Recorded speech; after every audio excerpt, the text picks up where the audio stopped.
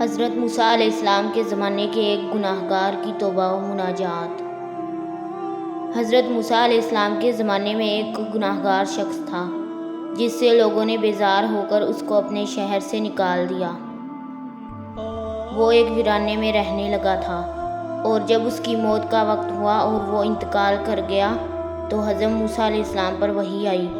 کہ ہمارے ایک ولی کی فلاں جگہ وفات ہو گئی ہے، آپ اس کو غسل و کفن دے کر نماز جنازہ پڑھیں، اور جتنے لوگ جنازہ میں شریک ہوں گے میں ان کی مغفرت کر دوں گا۔ حضرت موسیٰ علیہ السلام نے بنی اسرائیل میں اعلان کر دیا اور کثیر تعداد میں لوگ جمع ہو گئے، اور جب لوگوں نے اس کی لاش کو دیکھا تو اس کو پہچان لیا اور کہا کہ حضرت یہ تو بڑا گناہ گار شخص تھا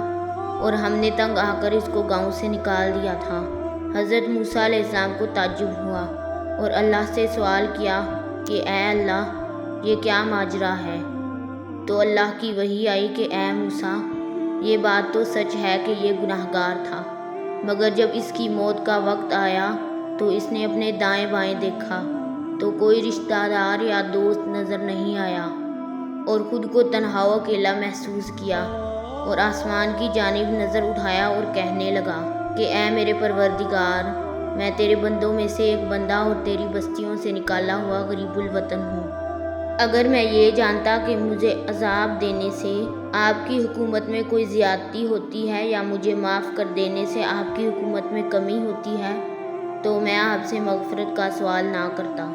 میں نے یہ سنا ہے کہ آپ نے اپنے کلام میں یہ نازل کیا ہے کہ میں ہی غفور الرحیم ہوں، بس میری امید میں مجھے ناکام نہ فرما۔ اللہ تعالیٰ نے فرمایا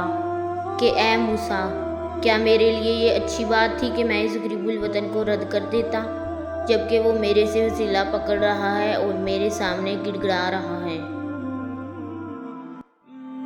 اگر ویڈیو پسند آئے تو اسے لائک، شیئر اور چینل کو سبسکرائب کریں۔ شکریہ۔